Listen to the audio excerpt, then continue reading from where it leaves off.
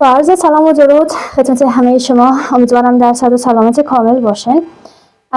امروز اولین درس مضمون ریاضی را با هم آغاز میکنیم و من امیدوار هستم که در پایان درس با من همراه باشین و درس امروز را با هم آغاز کنیم.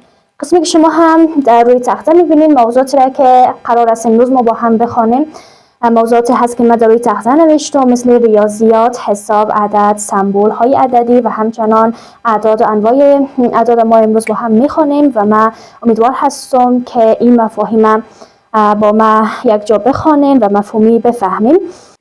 تعریف زیادی در مورد علم ریاضی و متمتیکس و ریاضیات وجود داره، ولی امروز میخوایم دو تعریفی که خیلی واقعا مهم هست و در تمام کتاب ها نوشته هست و فعلا قبول میشن برای تمام افراد و قابل قبول هستی تعریف ریاضیات تعریف کنیم. ریاضیات از کلمه ریاضت گرفته شده. ریاضی از کلمه ریاضت گرفته شده که کلمه ریاضت به معنی کوشش و تلاش می باشد. کوشش و تلاش می باشد. اگر بیایم در اصطلاح ریاضیات تعریف کنیم، میگیم ریاضی در اصطلاح به معنی فن محاسبات اعداد می باشد. فن محاسبات اعداد می باشد. پس ما ریاضی را قسم تعریف میکنیم، میگیم ریاضی از کلمه ریاضت گرفته شده که کلمه ریاضت به معنای کوشش و تلاش می باشد. و اگر در اصطلاح تعریف کنیم، میگیم که ریاضی در اصطلاح به معنی فن محاسبات اعداد می باشد. و همچنان ریاضیات یکی از وسیع‌ترین بخش علوم می باشد که تمام علوم و رشته ها مرتبط به ریاضی هست. برای همین دانشمندان علم ریاضی را به نام مادر علوم نیز می نامند.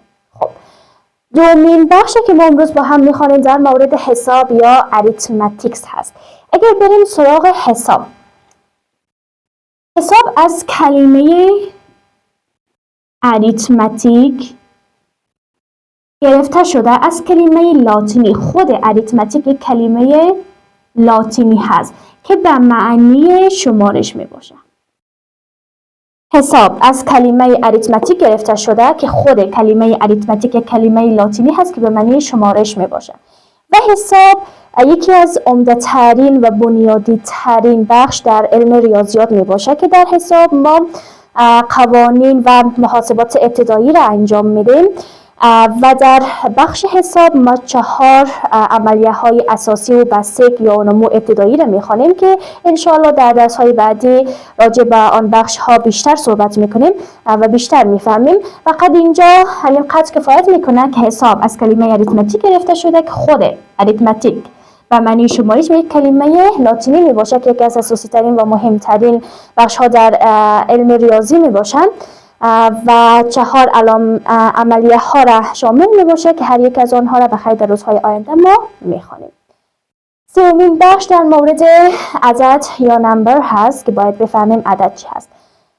عدد یک مفکوره ذهنی هست. اگر ما یک عدد را تعریف کنیم، میگیم عدد یک مفکوره ذهنی هست. مفکوره ذهنی. خب، عدد یک مفکوره ذهنی هست که برای ما نتیجه اندازه‌گیری کمیت نشان میده.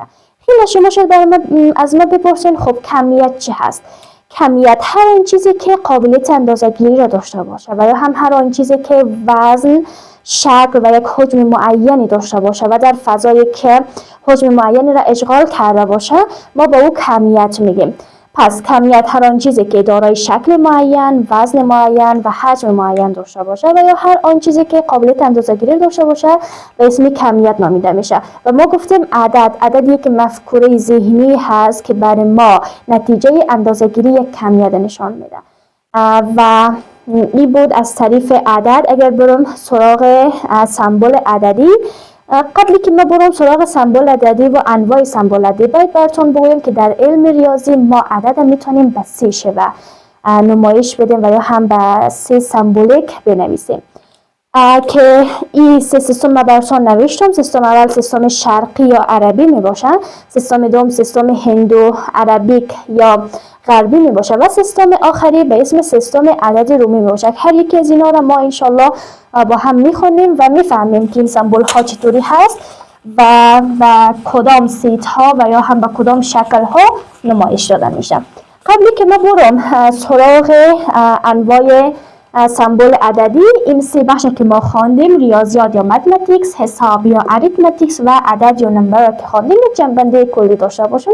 گفتم ریاضیات از کلمه ریاضت گرفته شده که به معنی کوشش و تلاش می باشه و در اصطلاح به علم گفته میشه که به فن محاسبات عددی متعلق هست و اونها را مورد بحث و بررسی قرار میده. در مورد حساب از کلمه اریتمتیک، البته از کلمه لاتینی اریتمتیک گرفته شده که خود کلمه لاتینی اریتمتیکس به معنی شمارش می باشد و حسابی که از بنیادی ترین و مهمترین بخش در علم ریاضی می باشد و اونمو قوانین و عملیات های بیسیک یا ابتدایی را در ریاضی انجام میده که دارای 4 عملیه می باشه که ما در روزهای آینده آن ان شاء الله با هم میخوانیم. سومین بخش ما در مورد عدد یا نمبر خواندیم. گفتیم عدد یک مفکوره ذهنی هست که برای ما نتیجه اندازه‌گیری کمیت نشان میده. و کمیت گفتیم کمیت هر آن چیزی که قابلیت اندازه‌گیری را داشته باشه یا هر آن چیزی که وزن داشته باشه، حجم داشته باشه و شکل معین داشته باشه به نام کمیت نامیده میشه. خب طبعا هر چیزی که قابلیت اندازه‌گیری داشته باشه طبعا هم شکل داره، هم وزن داره و هم در فضا یک جایی را اشغال کرده. خب بریم سراغ انواع سمبل عددی و انواع سمبل عددی.